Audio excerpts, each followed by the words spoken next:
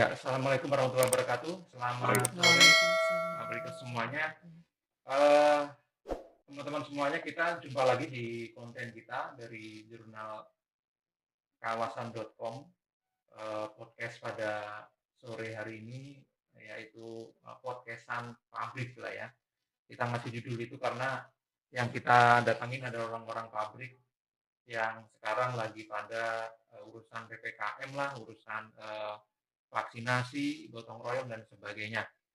Dan hari ini kita akan ngobrol-ngobrol seperti yang sudah kita share di grup-grup, di undangan dan sebagainya, yaitu tentang PPKM. PPKM darurat yang sekarang dirubah lagi menjadi PPKM level 1 sampai 4, di mana di kawasan industri di Cikarang ini kita masih masuk di level keempat ya, jadi level yang masih cukup tinggi untuk penularan COVID-19. Dan alhamdulillah sama kita ini sudah hadir teman-teman dari industri.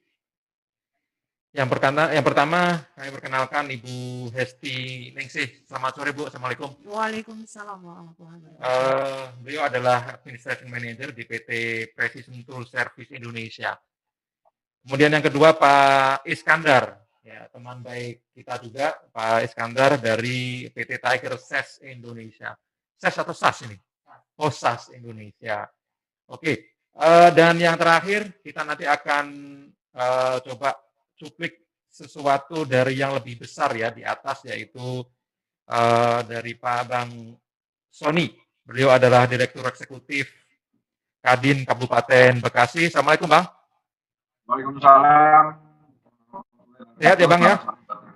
Alhamdulillah.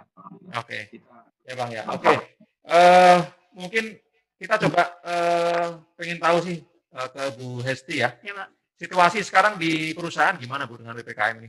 Produksinya atau HRD-nya dan segala macam? Oke, saya PT Precision Tool Service kebetulan bergerak di bidang trading dan perusahaan kami juga sebenarnya perusahaan runutan dari proses manufacturing yang sektornya adalah vertikal dan esensial. Kenapa kami menerapkan untuk penerapan WFH dan WFO-nya itu berdasarkan IOMKI dari pelanggan kami. Nah, ketika kita mengetahui IOMKI dari pelanggan kami, maka diputuskanlah dari pihak direksi untuk menetapkan work for home dan work for office berdasarkan IOMKI tersebut. Saat ini kita menetapkan 25% karena based on-nya kita perusahaan trading, all kegiatan ada di administrasi. Jadi ada kita jasa pengasahan dan itu pun nggak banyak jumlahnya, hanya 4 orang. Hampir 50 orang itu ada di admin. Jadi kita bagi yang WFO itu untuk outside, full dia di luar dan kerja di rumah. Walaupun misalnya ke kantor, hanya mengambil aktivitas yang tidak makan waktu yang banyak. Jadi kita bagi menjadi shift A dan shift B. Jadi sekarang jam kerjanya itu dari jam 6 sampai jam 12 untuk shift A, dan shift B-nya dari jam 12 sampai jam setengah 7. Jadi kita reduce 2 jam per hari. Itu yang di perkantorannya Ya, ya. yang di Kalau yang perkantoran. di produksinya? Kalau yang diproduksinya Tetap ya? karena kita menggunakan yang kritikal, jadi 100%. Dan kebetulan kan jumlahnya juga nggak banyak, hanya 5 orang. Dan 5 orang itu semua WFO normal. Jam 8 sampai jam 5 atau jam 7 sampai dengan jam 4. Oh gitu. Seperti itu. Ada ini nggak? Ada agak sedikit terganggu nggak ya dengan situasi seperti ini? Pasti Pak. Kalau secara psikologi ya gitu, saya kerja bertahun-tahun itu kan biasanya setup jam 8 sampai jam 5 atau jam 7 sampai jam 4 gitu ya. Terus ketika saya di shift itu ada psikologi yang saya harus mengatur ritme ritme otak, pikiran dan tenaga untuk bekerja di jam 12 sampai jam setengah 7. Dan itu sangat melelahkan ternyata ya. Jadi salut buat para operator yang bisa shift 2, shift 3 itu sampai malam gitu, karena psikologi tubuhnya itu sudah berubah gitu ya, irama tubuhnya itu sudah mulai berubah. Yang paling terkendala sih ketika WFH itu adalah koordinasi, karena ada beberapa dalam tim itu kerja di rumah. Ketika kita tidak memberikan semacam coaching, tidak memberikan semacam motivasi bahwa ini perusahaan harus tetap survive ya. Jadi minta tolong kerjasamanya. Nah itu seperti itu dikuat-kuatkan akan terjadi solid. Tapi ketika kita tidak menguatkan, jadi ada yang monitoring yang tidak bisa dilakukan. Gitu. Dan itu balik lagi ke karyawannya masing-masing atau si manajernya masing-masing untuk membina timnya. Ya, kalau dari jumlah volume produksi apa segala macam berkurang atau bagaimana? Kalau sampai Juli ini pasti menurun. Menurun. Terutama terkendala di administrasi. Jadi ketika kita sudah melakukan proses sampai dengan pengiriman barang, tapi kita tidak bisa mendokumentasikan dalam arti kita harus menghubungi pihak pelanggan yang WFH dan mereka juga terbatas lingkungannya sehingga tidak bisa disubmit dokumen dengan cepat. Gitu ya. Kalau di Pais gimana Pak situasi di perusahaan sekarang? Saya kan kebetulan maksudnya di sektor SSL juga, jadi hampir 100% orang itu yang masuk. Cuma memang ada beberapa yang tidak masuk karena memang isoman gitu.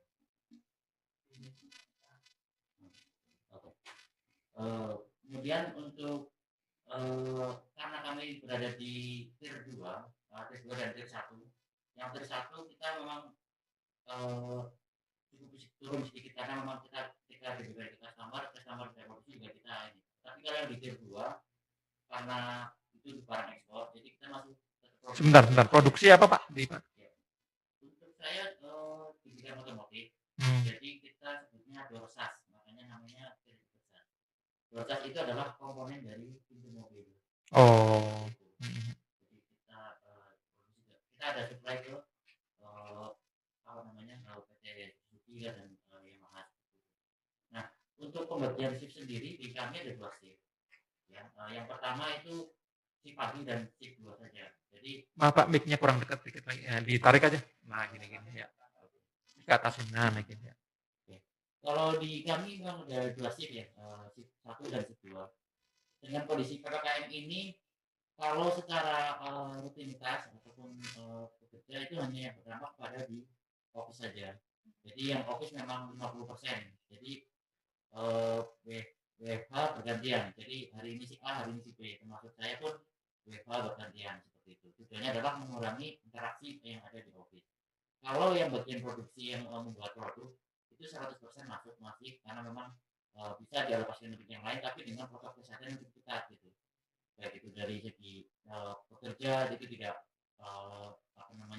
berkerumun, kemudian istirahat pun kita sudah tentukan lokasi, tidak ada yang berdekatan seperti itu. Begitu juga dengan makan sudah disekat dengan partisi biar tidak berinteraksi seperti itu.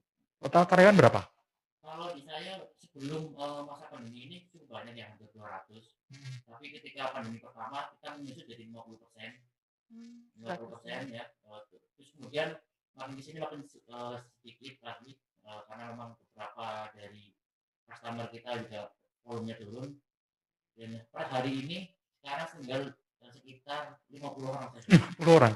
Dari 200, 100 jadi 50 sekarang itu. Itu dari yang office sama yang diproduksi berapa persen ininya sekarang? Kalau office memang dari dulu orangnya cukup sedikit ya. Sekitar 12 orang saja mungkin. Jadi office tidak terlalu ini. Yang paling besar adalah di bagian produksi. Karena ketika main production-nya itu tidak beroperasi, tentunya kita terlalu berat dengan beban operator. Tapi kita mengambil kebijakan memang karena kita dengan peraturan pemerintah dan PKWT, maka kita habiskan sesuai dengan masa kontraknya. Kalau memang terpaksa tidak dihabiskan dengan di masa kontrak, ya kita harus ada kompensasi. Itu adalah yang paling dilakukan oleh perusahaan kami seperti itu. Artinya dari 200 tadi yang sebelum itu statusnya kontrak. Ya memang sebagian ada yang kontrak, yang kita habiskan adalah yang kontrak sesuai dengan waktu kontraknya. Ya, jadi kondisinya memang volume atau permintaan lagi turun ya Pak. Sehingga tidak bisa produksi kan begitu. Ya sederhana sih, simpel sih sebenarnya.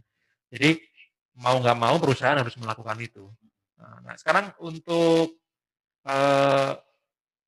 kedepannya itu memang ya sudahlah berjalan seperti ini aja atau memang nanti kalau udah lancar lagi bisa nambah karyawan lagi atau gimana? Ya tentunya ketika kan setiap bulan kita juga bikin forecast ya dari customer itu tentunya ada perhitungan berapa sih manpower yang dibutuhkan. Nah dari hal-hal seperti itu kalau kita melihat tren ke 3 bulan ke depan, ada kenaikan sedikit gitu, tapi tidak terlalu signifikan.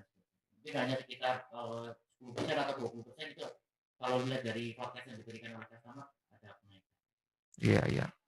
Halo, kita sapa dulu Pak Sony, ya.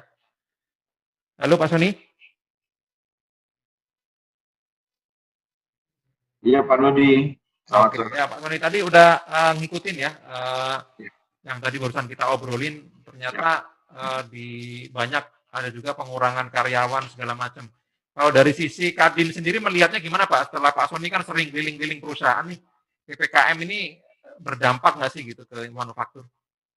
Ya, begini Pak Dodi. Artinya keluhan semacam ini tuh sangat sering saya dengar. Bahkan ada beberapa perusahaan langsung telepon ke kita terkait perpanjangan PPKM.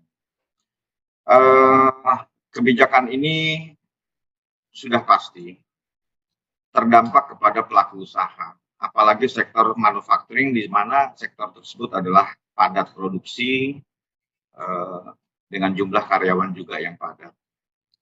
Tadi Ibu sempat menjelaskan sampai SIP 1, SIP 2, SIP 3 yang akhirnya tidak berkorelasi dengan perusahaan rekanannya begitu kurang lebih ya, dengan vendornya, karena ada di satu sisi perusahaan A yang menggunakan kritikal yang harus komparasi dengan esensialnya, begitu juga sebaliknya. Nah, PPKM ini memang yang diberlakukan di Kabupaten Bekasi itu melalui instruksi Bupati ya. Instruksi Bupati nomor 19 tahun 2021 tentang pembatasan kegiatan masyarakat PPKM. Nah, di sini disinggung terkait masalah yang tadi sempat dibahas ya. Cuman ini sosialisasinya sepertinya agak kurang kalau menurut saya. Sampai perusahaan itu banyak yang kaget juga, gitu kan. Di sini di poin ketiga tentang PPKM darurat itu dilaksanakan dengan ketentuan kegiatan di tempat kerja atau perkantoran yang termasuk sektor non esensial melaksanakan aktivitas work from home 100%. Untuk sektor esensial diberlakukan work from home 50%. Ya. Kemudian dengan cakupan diantaranya masalah keuangan dan perbankan. Ya, itu saya tidak bisa jelaskan secara komprehensif karena saya yakin ibu-ibu sudah tahu tentang aturan PPKM ini. Yang saya sesalkan adalah ya, harusnya PPKM ini tidak langsung diperpanjang, tapi dievaluasi dulu. Ada jeda misalkan 1 minggu, dievaluasi sambil menunggu sebuah formulasi baru yang dimana formulasi ini bisa tercipta harmonisasi antara perusahaan layer 1, layer 2, layer 3 sehingga nggak begitu berantakan, nggak begitu melelahkan ya. Karena keluhan-keluhan semacam ini harusnya oleh Kadin memang disampaikan ke pemerintah daerah sebagai otoritas yang mengeluarkan kebijakan tentang PPKM. Namun karena diskresi tentang PPKM itu tidak bisa diotorisasi oleh pihak daerah karena ini sifatnya dari pusat langsung, akhirnya kita tidak mau kita mengikuti diskresi atau kebijakan yang digulirkan oleh pemerintah pusat. Nah, sebetulnya dari PPKM kemarin itu harusnya dievaluasi. Ada beberapa indikator, misalkan kita kemarin taruhlah, kenapa kita diberlakukan PPKM? Karena Kabupaten Bekasi itu indeks penularan COVID, ya indeks masyarakat terpapar COVID, baik itu masyarakat umum atau masyarakat industri, itu sangat signifikan naiknya, bisa sampai 50%. Ya, akhirnya beberapa kegiatan termasuk Kadin juga tertunda. Program sosialisasi, kemudian kita juga ada program Kadin Expo Industri itu tertunda, ya. Itu latar belakang kenapa pemerintah daerah akhirnya melalui merujuk pada konsiderasi peraturan Menteri Dalam Negeri, kemudian memberlakukan PPKM. Nah, PPKM juga akhirnya diperpanjang lagi. Kemudian diperpanjang lagi. Harusnya saya sudah menyarankan ke pemerintah daerah, bagaimana kalau misalkan PPKM yang kemarin dilaksanakan, itu baiknya kita evaluasi. Kita minta tanggapan dari teman-teman industri. dengan pemberlakuan PPKM yang kemarin. Banyak permasalahan saya pikir yang harus kita dengar juga supaya produktivitas daripada perusahaan-perusahaan yang ada di kawasan, baik itu perusahaan layer 1, layer 2, dan layer 3, itu tidak mengalami beban yang terlalu berat gitu secara manajerial. Nah, namun lagi-lagi untuk otoritas kebijakan terkait PPKM itu diambil alih sama pusat. Jadi pemerintah daerah hanya sifatnya mengikuti melalui instruksi bupati. Itu pertama. Yang kedua, kita konteks pelaku usaha kan bukan pelaku industri saja, tapi ada usaha mikro juga yang terdampak. Nah, menurut peraturan Bupati nomor 37 tentang PSBB di pasal 22, nah sektor terdampak dari pelaku usaha mikro juga kan harusnya diberikan kompensasi oleh pemerintah daerah, seperti tukang bakso yang tidak bisa tidak bisa menjajakan dagangannya secara terbuka karena ada keterbatasan akibat dari PPKM, pemberlakuan PPKM dan PSBB. Nah, sektor-sektor ini juga sangat memprihatinkan. Indeks penurunan secara omset itu sangat signifikan. Artinya Kadin di sini memandang secara komprehensif dari sudut industrial dan juga dari sudut usaha mikro. Nah, yang terpenting adalah kalau menurut saya kita sudah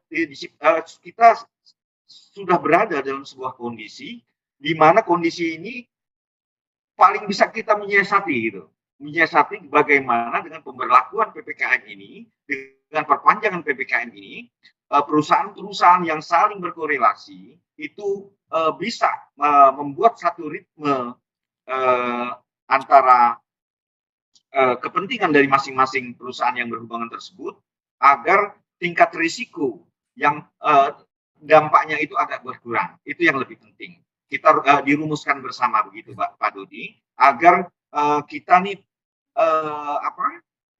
dampaknya itu tidak terlalu signifikan. Nah, ini yang harus dirumuskan dan dipikirkan bersama oleh teman-teman HR. Saya pikir itu, Pak Dodi. Ya, Pak Sony, kan kemarin kita sempat agak ada berita di media itu soal ekspatriat Jepang itu pada mau pulang kampung gitu, dijemput sama orang Jepangnya gitu. Repatriasi. Itu gimana Pak Sony? Memang benar atau bagaimana itu? Sebetulnya itu betul. Karena pemerintah Jepang tuh gini loh, Pak Dodi. Saya kebetulan pernah lama di Jepang ya, 5 tahun.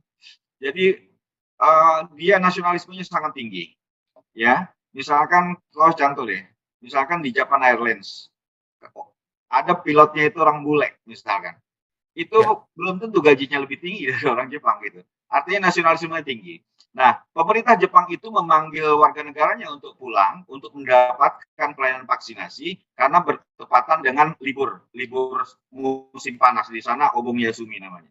Artinya pemerintah Jepang sangat memperhatikan warga negaranya yang ada di luar negeri. Sementara di kita masih memilah-milih gitu kan terkait vaksinasi ya. Ekspatriat agak sulit, inilah itulah gitu kan. Sebetulnya harusnya diperlakukan sama kalau menurut saya. Itu satu. Kedua, Japanese itu agak minded juga Pak Dodi, agak minded terhadap brand vaksin itu sendiri. Jadi dia pengen divaksin pakai AstraZeneca, pakai Pfizer gitu kan. Itu sudah sebetulnya gini, saya punya slot untuk vaksin ekspatriat kalau mau, itu pakai Sinovac. Kalau mau saya bisa bantu. Mungkin sekitar 30 sampai 50 vaksin lah saya bisa bantu. Dan itu free untuk ekspatriat. Kalau ibu-ibu misalkan ada ekspatnya yang mau divaksin dengan vaksin Sinovac, dengan vaksin gotong royong, itu bisa melalui Mas Nudi nanti dikolektifkan. Boleh. Ayo kita jalan. Saya kebetulan mendapatkan CSR dari satu perusahaan untuk memberikan kepada ekspatriat yang kesulitan mendapatkan jasa vaksinasi. Berapa Pak? Berapa dosis tadi? Saya bisa open di slot, saya minta slot 50 bisa. 50 ya. Okay. Yang penting kita sama dokumennya itu lengkap.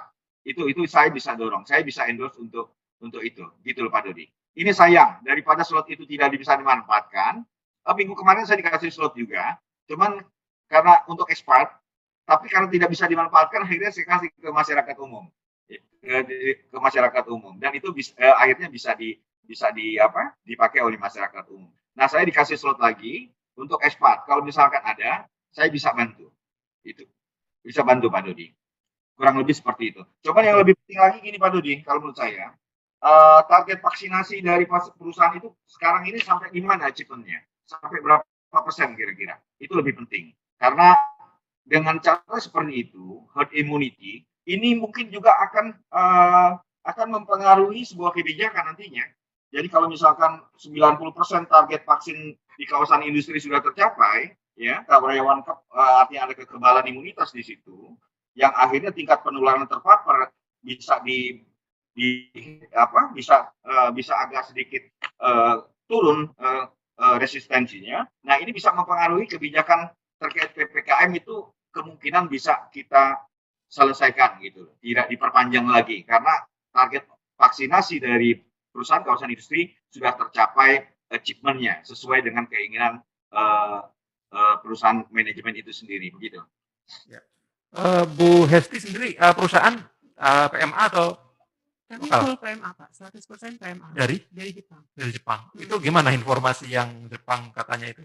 Ya, saya menanggapi Bapak Ya. Direktur Kadin.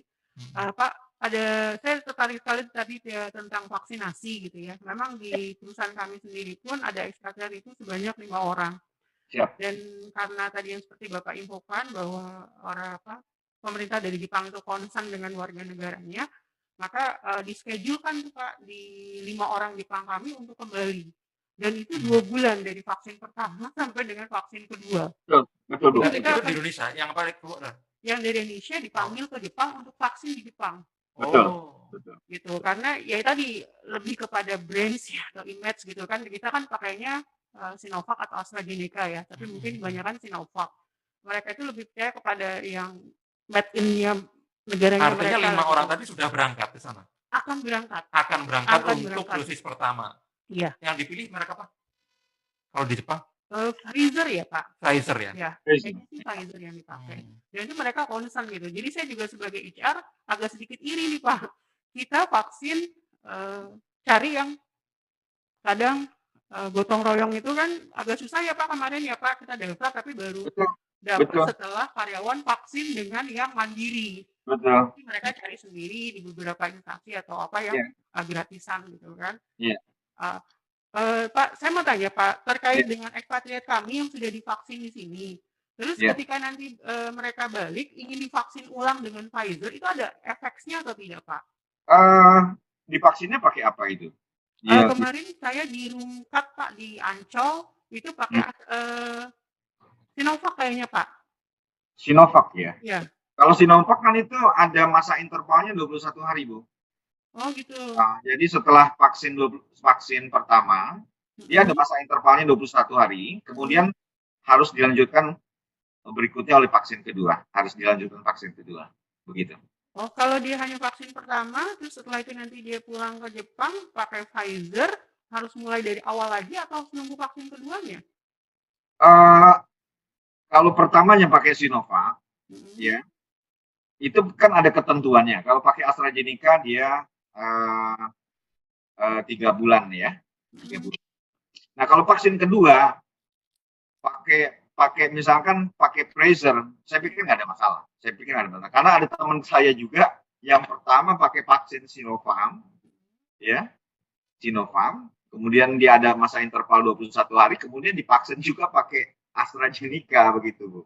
Artinya, tapi alangkah bagusnya, karena saya bukan ahli molekuler tentang vaksin ya, alangkah baiknya didiskusikan dengan dokter yang berkompeten terkait hal ini, itu supaya ibu tidak ragu gitu kan.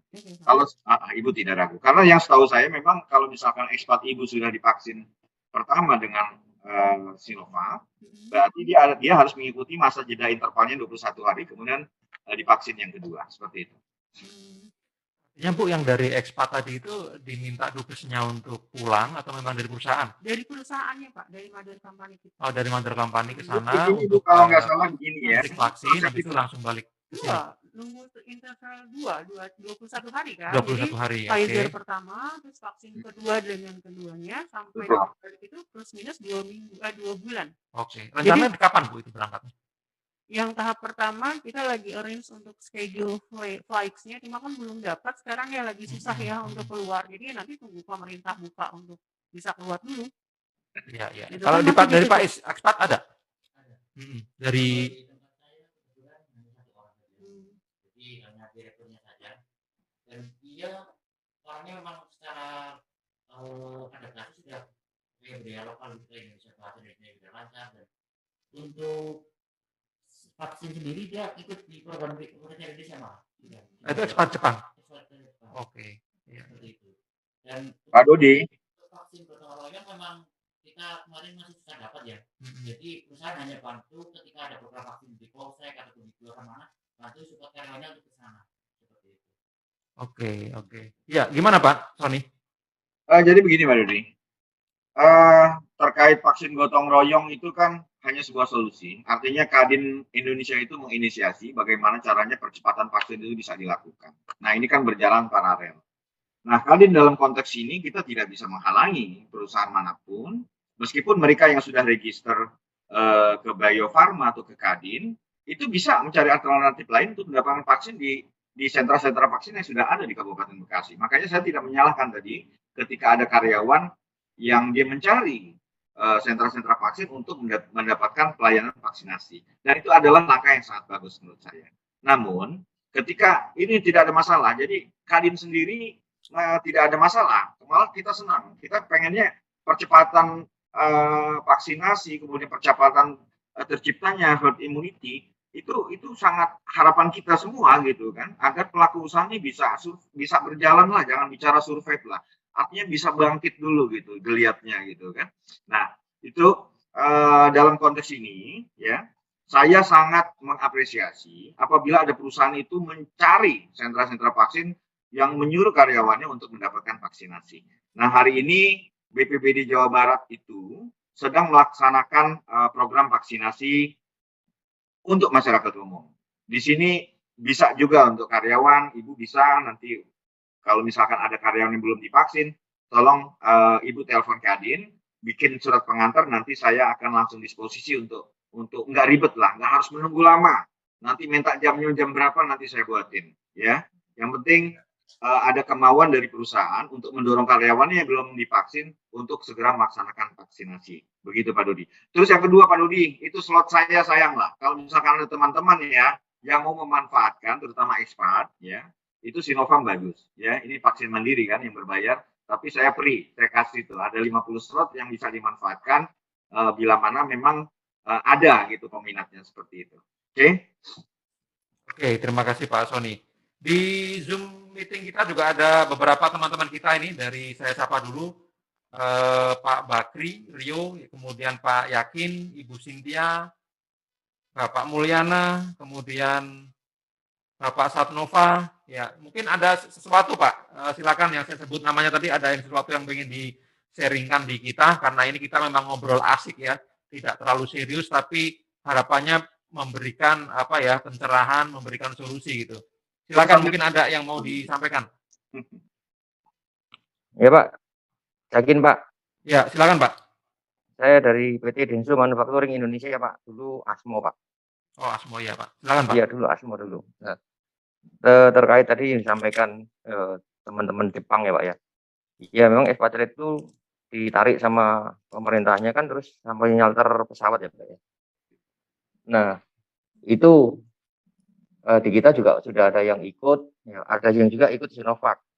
Jadi nggak apa-apa katanya. Kalau yang ikut Sinovac di sini 2 kali, terus di sana booster gitu kan, itu kayaknya sudah nggak apa-apa. Tapi yang saya ini kan tentang PPKM 1 yang shift malam ditiadakan ini, itu kan berarti kalau yang tadi disampaikan, kalau yang tidak ekspor, itu kan mungkin bisa ya Pak ya, karena otomotif yang lokal juga dia tutup, seperti customer kita yang di ADM atau di mana kan tutup, kita juga ikut tutup gitu. Tapi kalau yang ekspor itu kan berarti kan kurang ya Pak ya. Nah kalau emang ekspor impor kita kurang, berarti kan nanti ya benefit ke kantor pajak juga itu jadi terganggu juga ya Pak ya. Nah ini bagaimana gitu kan? Kalau memang bisa pengaturan kita udah coba di separuh-separuh, siang separuh, malam separuh, tapi sekarang malam harus tutup gitu kan. Nah kalau seperti itu bagaimana Pak? Tapi kalau dikatakan tadi, perusahaan mendorong vaksin, alhamdulillah Pak di kita sudah hampir 90% ikut yang vaksin mandiri itu. Karena kita pernah, yang daftar di Kadin itu daftar 2.000 nggak dapat ya, nggak dapat akhirnya, ikut mencari yang mandiri itu. Cari yang mandiri maksudnya yang lewat jalur ini RT RW itu Pak ya, kelurahan ya? Iya, betul Pak. Itu yang seperti itu kan, seperti yang Bu siapa tadi, lupa, disampaikan. Jadi alhamdulillah kita udah lumayan. Dan yang terinfeksi vaksin juga sudah dan infeksi ini juga sudah mulai turun ya Pak ya, di perusahaan-perusahaan itu. Ya kita bersyukur gitu kan. Nah, sehingga tadi yang disampaikan Pak Sony bahwasanya, PPKM itu perlu dievaluasi, mendengarkan dari masukan-masukan dari, pelaku bisnis, itu saya rasa itu benar. Ya mudah-mudahan ini nanti bisa menjadi masukan ya Pak ya, tentang PPKM ini, mana yang harus diprioritaskan, supaya ekspor pun bisa berjalan, perusahaan juga bisa sehat, masyarakat juga bisa sehat. Demikian sih Pak informasi, kalau yang Artinya dari Pak, saya maaf itu dari Pak Yakin ini, PPKM ini mengganggu apa nih Pak, kesimpulannya dari volume produksi untuk ekspornya, artinya karyawannya kurang diatur tadi itu ya, pembatasan? Ya itu tadi Pak, kalau misalnya kita volume produksinya 1 dibagi separuh, kalau untuk office bisa lah dibawa pulang ya kan. Tapi kalau untuk yang di pabrik masa mestinya bawa pulang gitu kan. Artinya pengurangan jam kerja gitu kan bisa diatur ya. Misalnya kekurangan jam kerjanya bisa dimasukin ke hari Sabtu atau Minggu misalnya gitu kan. Kalau itu bisa kurang yang penting kan yang di pabriknya juga berkurang gitu kan. Tapi kalau yang malam katanya kan sekarang malam nggak boleh kerja. Kita juga sampai jam ngikutin Pak. 9 ya. Sampai malam pun kita nggak ada, jadi produksi untuk yang harusnya di shift malam ada jadi kurang gitu kan. Nah otomatis nanti kan ada recovery-nya ya Pak ya, harus recovery nanti minggu depan atau gimana setelah PPKM. Mudah-mudahan PPKM-nya nggak diperpanjang. Kalau diperpanjang stok kita udah habis. Kalau Pak sekarang Yakin sih masih aman kan Bu. udah IOMKI Pak ya, udah ngurus perizinan ke Udah. kementerian? Sudah Pak. Kita Udah ya? ada Pak. Udah. Itu Setahu kita saya ikuti ada semua Pak. pengecualian untuk itu ya Bu, gimana sih Bu itu? Yang IOMKI yang itu? Iya, Bapak di Berubah-berubah Pak. IOMKI-nya apa ya Pak, esensial atau kritikal Pak? Ya tinggal Ibu kan sudah tahu ya, Daihatsu aja kemarin berubah lagi kan, dari kritikal menjadi tidak kritikal kan. Itu produksi mobil loh Bu. Oh. Nah ini juga kita nggak tahu ini gimana gitu kan. Nah otomatis supplier-nya kan juga ikut-ngikut nih ya Pak. Kalau setahu saya sih Pak di PPKM 4 level 4 ini kan IOMKI-nya sekarang terbaru ya Pak, ada KLBI yang terlampir dan ada sektornya. Kalau yang sekarang kan sektor esensial itu produksi masih bisa 50% ya Pak. Iya Dan Bu, betul. diaturnya itu Betul. 10% gitu ya. Kalau yang critical itu dia bisa 100% di production, win-nya 25% gitu ya Pak. Iya betul. Ya kan KBLI itu juga sama ya. Ada KBLI-nya yang demand-nya bisa kritikal, tapi di supplier yang tier keduanya itu tidak bisa masuk ke kritikal karena nomor KBLI-nya nggak masuk. Ada seperti itu Kalau Bu. kemarin Pak, saya itu ikut sosialisasi dari Kementerian Dalam Negeri waktu itu pas PSBB yang kedua Pak, yang 20 sampai 25 Juli, dari bagian Menteri Tenaga Kerja ya, dari Humas Menteri Tenaga Kerja dan Humas Menteri Dalam Negeri itu menginfokan untuk yang jalur berikutnya atau misalnya proses yang perusahaan-perusahaan yang terkait dengan itu bisa ikut sektor itu gitu Pak. Asal dia menerbitkan semacam surat keterangan bahwa si supplier itu adalah runtutan proses dari yang perusahaannya itu gitu sih Pak. Makanya saya pegangnya itu kemarin. Iya Nah itu saya Pak. sendiri perdagangan Pak, saya kalau misalnya masuk ke Sinas pun tidak ada KBLI saya di situ. Jadi yang saya pakai adalah KBLI dari perusahaan yang end usernya itu. Iya Bu, Tapi saya kita minta produksi surat juga Bu. dari si pelanggan ini bahwa kami adalah runtutan proses untuk menunjang produksinya mereka. Ya sama Bu, seperti gitu ya, itu. Pak? Cuman tapi di lapangan kan berbeda. Kalau dihitung sama KBLI kita itu tidak termasuk yang itu gitu kan, sehingga kita harus Oke. ikut gitu kan. Kita kan harus ikut gitu kan. Ya tapi intinya kalau misalnya, PPKM ini seperti ini diperpanjang sampai ke depan, ya mungkin kita akan ada beberapa kekurangan support ya Iya untuk betul, Kak. supply gitu kan. Betul. Tapi kalau mesti sampai tanggal 3 kita masih bisa bertahan karena kita juga masih punya stok gitu kan. Mmm, Dan kita bisa ngatur-ngatur itu karyawan ya, Pak, ya. iya Tapi itu betul. tadi, masalah vaksin yang waktu kita mau yang mandiri itu ya, yang ikut, Kadin itu, tapi pada saat kita order, kita nggak dapat, akhirnya, yang beberapa prioritas ya, Astra dapat duluan ya waktu itu ya, kalau nggak salah. Astra dapat duluan, kemudian kita nggak dapat, ya kita mengembangkan untuk yang mandiri. Alhamdulillah, teman-teman juga pada mau dan mudah-mudahan sehat semuanya gitu. Demikian, Pak. Terima kasih. Ya, oke. Oke, balik lagi ke topik kita. Jadi intinya sebenarnya kalau dari Pak Yakin, kemudian dari Pak Iskandar dan Bu Hesti memang pengennya sama-sama PPKM mikro ini segera berakhir lah ya. Iya, Pak. Artinya biar kembali lagi Normal agak ya. normal, kemudian produksi lancar, tidak ada pengurangan. Kira-kira begitu Pak Iskandar ya? Ya, setuju. Kira-kira begitu. Pak Sony, ini kan kita punya bupati baru tuh. Ada pesan-pesan khusus nggak nih industri? Ya, tadi saya juga baru selesai Zoom meeting sama beliau, ya kan. Jadi terkait industri, dia seperti yang saya sampaikan tadi, bahwa perusahaan itu harus punya target pencapaian vaksin untuk karyawannya, itu yang penting. Jadi kalau misalkan mau didorong 100%, dorong. 90% dorong. Yang penting dari situ nanti bisa dijadikan parameter apakah nanti PPKM itu bisa dilanjutkan atau kita di-break dulu gitu kan sampai menunggu evaluasi ke depannya. Itu harapan PJ Bupati baru Pak Dhani Ramdan yang disampaikan ke saya pada saat di meeting tadi. Jadi saya juga menceritakan bahwa perusahaan itu sudah masif gitu kan, sudah masif mencari alternatif ke sentra-sentra vaksin yang ada di Kabupaten Bekasi untuk mendapatkan hak pelayanan vaksinnya. Saya juga sudah membahas itu dan saya juga sudah membahas juga bahwa vaksinasi gotong royong itu tidak artinya kita tidak artinya easy going aja ya, kita nggak ada masalah gitu kan. Bagi perusahaan yang mau mendapatkan vaksinasi gotong royong secara onsite kita nggak ada masalah, kita akan tetap layani dan kita juga tetap Kadin mendukung. Kadin ini kemarin itu kita mendukung ada sekitar 3.000 karyawan ya Pak Dodi dari kurang lebih 30 perusahaan yang kita prioritaskan di program vaksinasi BPPD. Jamnya kita kasih jam sekian ya kan. Kemudian kita pakai sistem e-voucher, ke resiko ngantri, resiko berkerumun. Dan alhamdulillah kita sudah eksekusi itu ya. Nah ini cuma kan saya kemarin saya tawarkan ke beberapa rekan perusahaan pada para HR, ayo deh gitu kan, yang belum divaksin datang ke sentra vaksin BPBD Jabar, Kadin akan supervisi supaya cepat gitu kan melalui jalur Kadin gitu seperti itu. Nah, saya kebetulan dikasih kuota sama kepala BPBD Jawa Barat 10.000 dosis vaksin pertama sampai vaksin kedua. Ini panjang nih sampai September kita.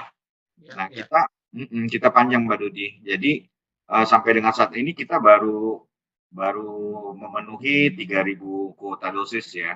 Nah, mungkin kalau misalkan tidak terpenuhi ya saya akan berikan kepada masyarakat. Intinya ini kenapa saya minta slot di 10.000 karena saya ingin mendorong dari masyarakat industri agar target vaksinasinya itu tercapai gitu kan. Karena seperti Om Ron ya Pak Irawan ya, presidennya pernah telepon saya, dia punya target pokoknya divaksin itu 90%. Gimana caranya Pak Sony? Saya bantu, carikan solusinya.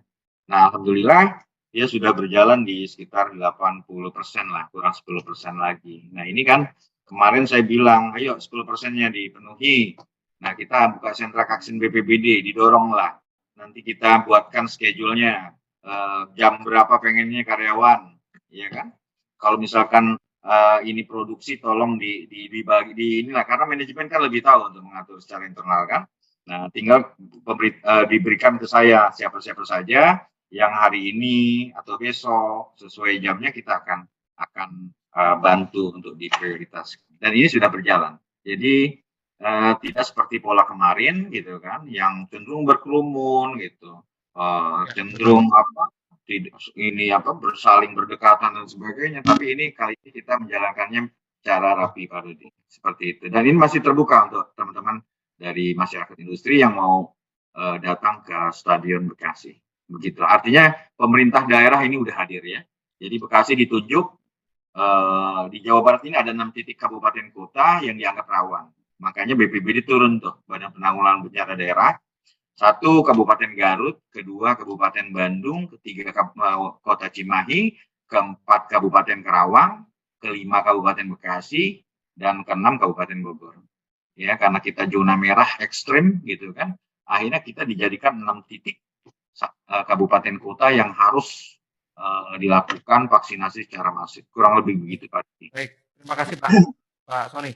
Siap. Ya, intinya seperti itu dari sisi Kadin vaksinasi biar cepat beres lah ya Pak intinya. Betul Pak Dodi, karena gini Pak Dodi, karena kita nih nggak akan pernah ketemu trennya lagi kalau kita tidak lawan kondisinya gitu kan. Kita tidak coba untuk masa kita harus bertahan kan enggak. Kita harus coba lawan kondisinya. Artinya COVID-nya juga kita lawan gitu. Cara melawan kita ya itu dengan vaksinasi dan prokes, cuman itu. Nah, ketika ini tercapai artinya ada variabel yang memang menurun di situ ya. Itu kemungkinan salah satu ruang yang sangat kita tunggu gitu kan agar proses normalisasi gitu kan, percepatan, karena vaksinasi itu menghantarkan ke pintu gerbang percepatan pertumbuhan ekonomi itu satu ya, karena Kadin kan masuk dalam komite percepatan ekonomi daerah di Jawa Barat ya, Kadin Kabupaten Bekasi termasuknya. Kedua kan kita juga pengen nih sektor usaha inilah artinya jalan lagi lah gitu, jangan sampai ada sip malam yang nggak jalan gitu kan. Ini apalagi cerita tadi dari Denso udah mulai itu ya, artinya produksinya udah mulai suplainya juga agak pasti terganggu gitu kan dengan produktivitas yang dibatasi gitu kan. Saya jujur ya, ini kan Kadin itu menjaga dunia industri sebagai objek vital nasional agar kita nih investasi ini bertahan gitu kan. Kita jaga. Kadin bersama pemerintah. Oke, maaf Pak, saya potong nih. Ya. Siap. Ya, intinya kita sudah tangkap Pak ya. Jadi dari sisi perusahaan pun sekarang vaksinasi sudah lancar ya Pak Is. Artinya sudah ada pakai yang jalur mandiri, ada yang jalur gotong royong dan sebagainya. Tinggal bagaimana ini produksi kembali lancar tadi kan seperti itu Pak Is. Mungkin terakhir kita tutup diskusi ini harapan nih dari sisi perusahaan terhadap kondisi. Saya nggak tahu ini harus disampaikan ke pemerintah atau ke mana, silakan Pak Is. Kami tentunya pandemi ini segera berakhir ya, karena kita situasi dengan lebih normal kan. Kemudian berkenaan dengan vaksin memang kita melihat masih ada beberapa kekurangan, tapi kedepannya mudah-mudahan bisa lebih baik tentang vaksinasi ini. Jadi semua rakyat Indonesia itu, semua masyarakat bisa tervaksinasi dengan tertib dan teratur. Ya, kalau Bu Esti? Kalau saya sih Pak harapannya ya Pak, saya nggak tahu deh ke pemerintah pusat atau ke pemerintah daerah. Jadi terkadang saya sebagai rakyat biasa atau sebagai karyawan di sebuah perusahaan yang diamanati sebuah posisi gitu, peraturannya itu terkadang terlalu mepet gitu Pak. Contoh kayak beberapa PPKM kemarin gitu ya. Isu tanggal 25 Juli efektif 26 Juli gitu kan. Itu kita sebagai orang yang memanage untuk supaya perusahaan itu jalan itu butuh butuh perjuangan dan koordinasi ke beberapa orang untuk meyakinkan itu gitu Pak. Jadi kalau misalnya bikin peraturan bisa nggak sih seminggu sebelumnya berlaku untuk seminggunya gitu. Tidak malam ini di announcement besok sudah berlaku. Sementara kami sudah menetapkan normal. Akhirnya kami bereview lagi, ulang lagi, menghitung budget lagi kembali seperti itu sih Pak. Ya betul. Kemarin kan memang sempat ramai di grup HRD, grup ASE kapan ini diperpanjang nggak sih gitu. Jadi kita nggak tahu sampai kita di akhir tanggal 26 ya kalau nggak salah. 25 malam 25 malam baru keluar informasi itu. Ya ini sebenarnya nggak cuma terjadi di pusat ya, di level kelurahan pun informasi vaksinasi itu dadakan biasanya.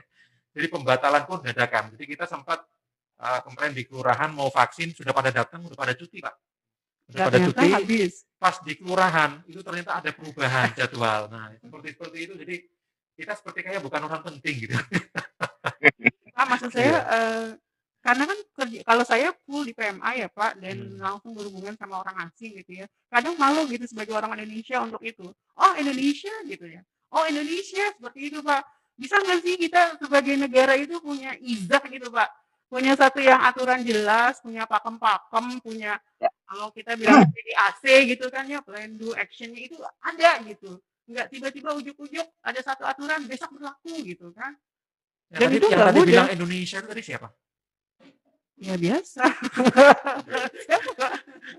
Iya. Orang Nggak Jepang ya tahu Bu ya? siapa yang bilang. Jadi dari pandangan orang luar itu kita masih ini ya, masih Iya, jadi seperti orang yang dalam tanda kutip gitu jadinya. Gitu Pak. Iya, iya. Jadi minta tolong, saya nggak tahu harus ke pemerintah pusat atau ke pemerintah daerah kalau membuat suatu aturan. Di perpajakan juga sama masalahnya Pak.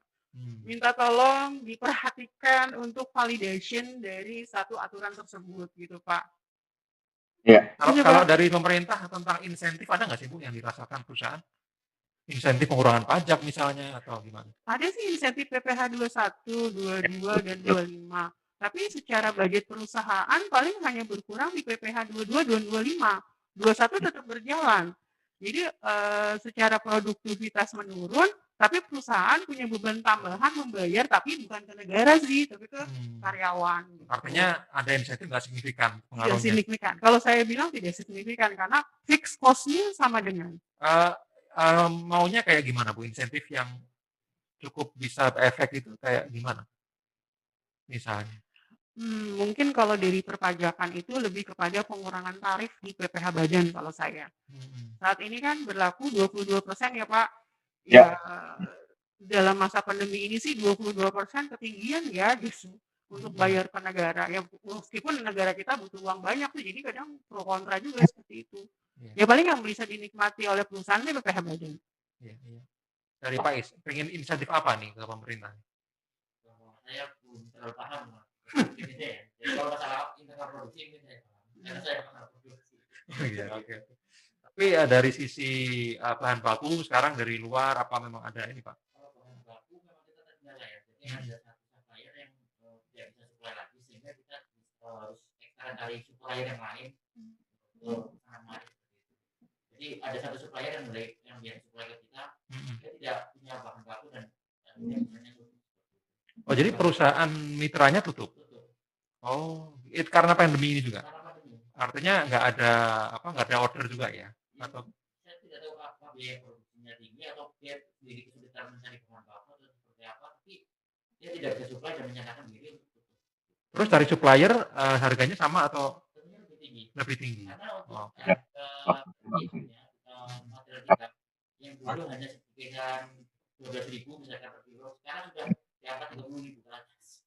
Iya. Artinya itu juga berdampak sama harga jual dari perusahaan Bapak ya? Kalau dari perusahaan kan tentunya kita masih mengikuti harga sama kan. Tapi kita paling yang bisa ini adalah reduction cost-nya.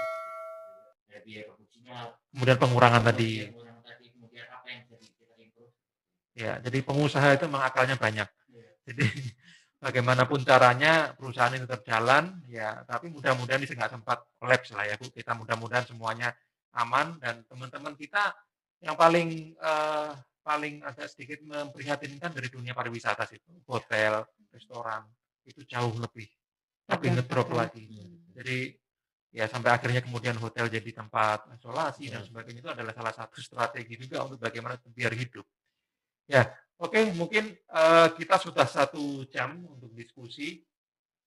Mungkin kita bisa akhiri. Kami sampaikan terima kasih pada teman-teman yang sudah hadir di Zoom meeting hari ini. Kita akan ketemu lagi dengan program-program yang ada. Oke, silakan Pak Sony. Saya hanya berpesan kepada teman-teman perusahaan ini, ya. Pendek Pak Sony, 1 menit boleh. Ya, saya rasa penting ya pada teman-teman untuk segera bergabung bersama Kadin ya, menjadi anggota Kadin. Karena Kadin lahir melalui Undang-Undang 1 tahun 1987, di mana Kadin mempunyai fungsi advokasi, fungsi fasilitasi, fungsi representasi antara pengusaha dengan pemerintah. Artinya, keluhan-keluhan dari rekan-rekan HR ya, rekan-rekan perusahaan yang anggota Kadin, itu kita bisa advokasi ke pemerintah. Jadi saya menyarankan kepada teman-teman yang hadir sekarang ini, alangkah bagusnya kita bergabung di Kadin dan menjadi anggota Kadin. Begitu Pak Dodi. Siap. Terima kasih Pak Sony udah menemani kita Siap, dengan terima kasih informasi yang banyak. tadi cukup mencerahkan kita semuanya, dan teman-teman yang lain yang lewat Zoom meeting. Terima kasih juga Pak Iskandar sudah hadir di tengah kita, dan Ibu Hesti. Sama-sama, Pak. Sampai ketemu lagi di acara atau konten kita berikutnya, dan teman-teman jangan lupa untuk subscribe channel kita Jurnal Kawasan, kemudian boleh di-share ke teman-teman yang lainnya. Baik, kita sampai ketemu lagi di lain kesempatan. Terima kasih. Selamat malam. Assalamualaikum warahmatullahi wabarakatuh. Waalaikumsalam warahmatullahi Salam. wabarakatuh.